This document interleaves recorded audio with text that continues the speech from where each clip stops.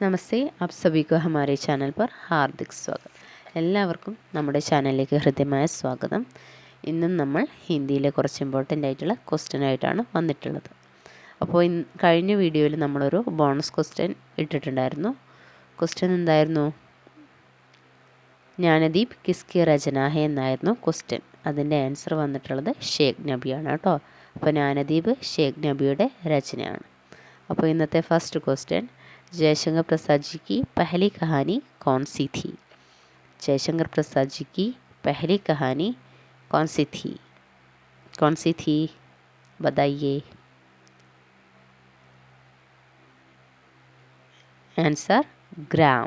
ഗ്രാമാണ് ജയശങ്കർ പ്രസാദ് ജിയുടെ പഹലി കഹാനി. നെക്സ്റ്റ് വൺ, ആധേ അധൂരെ किस विधा की रचना है? आधे अधूरे किस विधा की रचना है?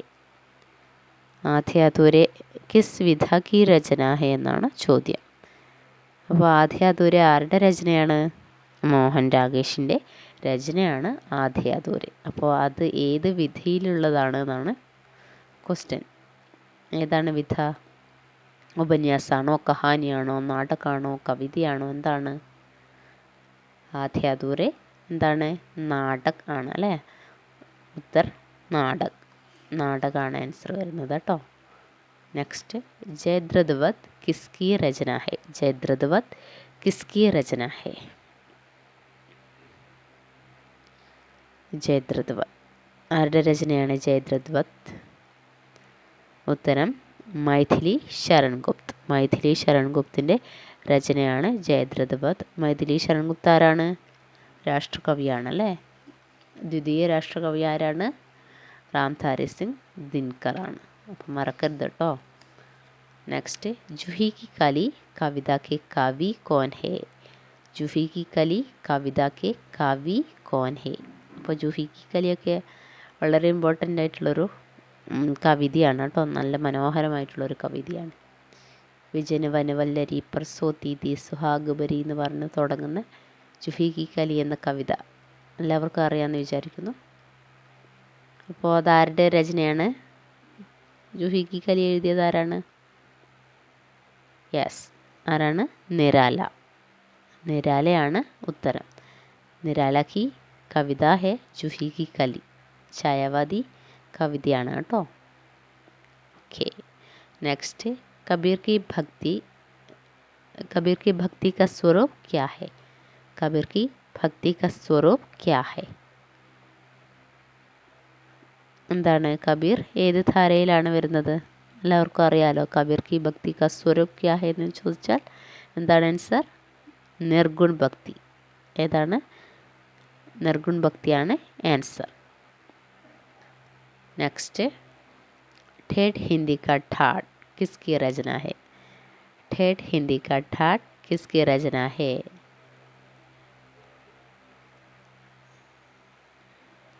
ആരുടെ രചനയാണ് ठेठ हिंदी का ठाठ? പ്രീവിയസ് ക്വസ്റ്റ്യൻ ആണ് കേട്ടോ. ठेठ हिंदी का ठाठ ഒക്കെ. ഉത്തരം അയോധ്യ സിംഗ് ഉപാധ്യായ് ഹരിഔത്ത്. ഹരിഔത്തിൻ്റെ രചനയാണ് ठेठ हिंदी का ठाठ. नेक्स्ट, सुमित्रानंदन पंत को किस कृति पर ज्ञानपीठ पुरस्कार मिला? सुमित्रानंदन पंत को किस कृति पर ज्ञानपीठ पुरस्कार मिला? അപ്പോൾ പന്ത് ജിക്ക് ഏത് കൃതിയിലാണ് ജ്ഞാനപീഠ പുരസ്കാരം ലഭിച്ചത്?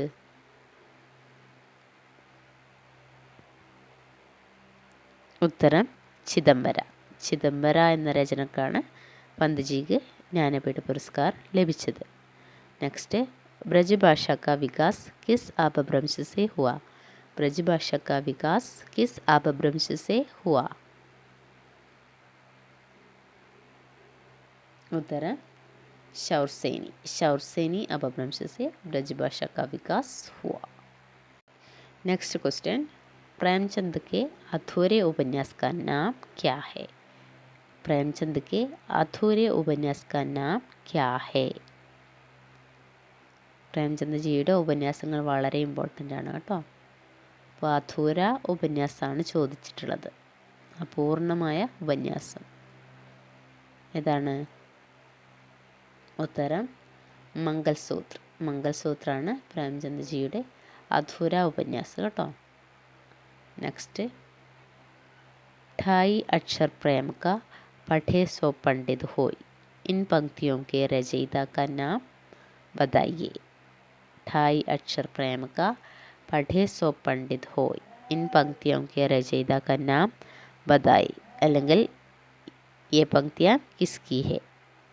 അങ്ങനെയും നമുക്ക് ചോദിക്കാം. ആരുടേതാണ്? ढाई अक्षर प्रेम का पढ़े सो पंडित होय. ഉത്തരം കബീർദാസിൻ്റെതാണ്. അപ്പോൾ കബീർദാസ് ആണല്ലേ നാനാശ്രീ ശാഖയിലെ കവിയാണ്. നിർഗുൺ ഭക്ത് കാവ്യധാരയിലെ കവിയാണ്. അപ്പോൾ ढाई अक्षर प्रेम का എന്ന് തുടങ്ങുന്ന പങ്ക്തി ആരുടേതാണെന്ന് ചോദിച്ചാൽ കബീർദാസ് ആണ് ആൻസർ. അപ്പോൾ ഇന്നത്തെ ഒരു ബോണസ് ക്വസ്റ്റ്യൻ എന്ന് പറയുന്നത് खड़ी बोली का प्रथम महाकाव्य कौन सा है? खड़ी बोली का प्रथम महाकाव्य कौन सा है? അപ്പോൾ ഉത്തരങ്ങൾ കമൻറ്റ് ബോക്സിൽ അറിയിക്കാം കേട്ടോ. അപ്പോൾ അടുത്ത വീഡിയോയിൽ കാണുന്നത് വരെ എല്ലാവർക്കും ധന്യവാദം.